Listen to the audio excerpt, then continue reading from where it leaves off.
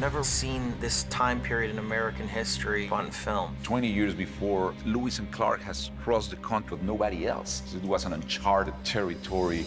This Northwest Territory was inhabited by indigenous people, the French and the English. It wasn't really America yet. Very little laws and rules.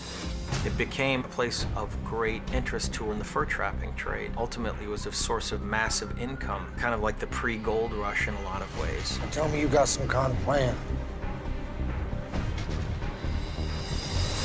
We have a group of us, the fur trappers. It's this crazy hodgepodge of people from all over the place. I've been out here so long, I'm actually starting to miss my wife's cooking. I'm actually starting to miss your wife. Why don't you shut the hell up?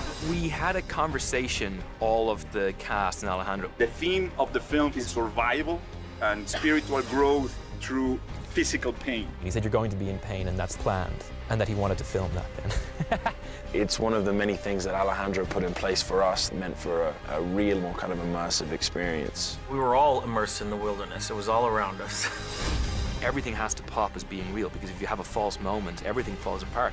The group has to move from being in control to being at the mercy of everything.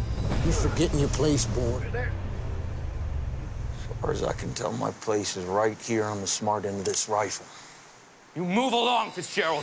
The fur trapper's life, it's mankind's first imprint on land in the Americas. It's a powerful theme. After 6 months working my ass off like a mule, risking my neck, men dying for what?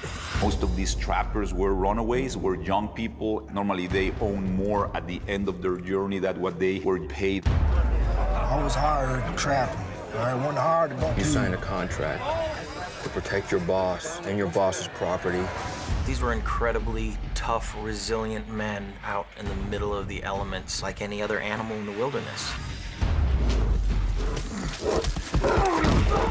You're scaling a mountain at minus 20-degree weather. From an actor's perspective, there's nothing better to actually do that. A lot of these locations were incredibly difficult to get to, and we had a pretty massive crew that had to logistically move from location to locations through this really harsh winter landscape.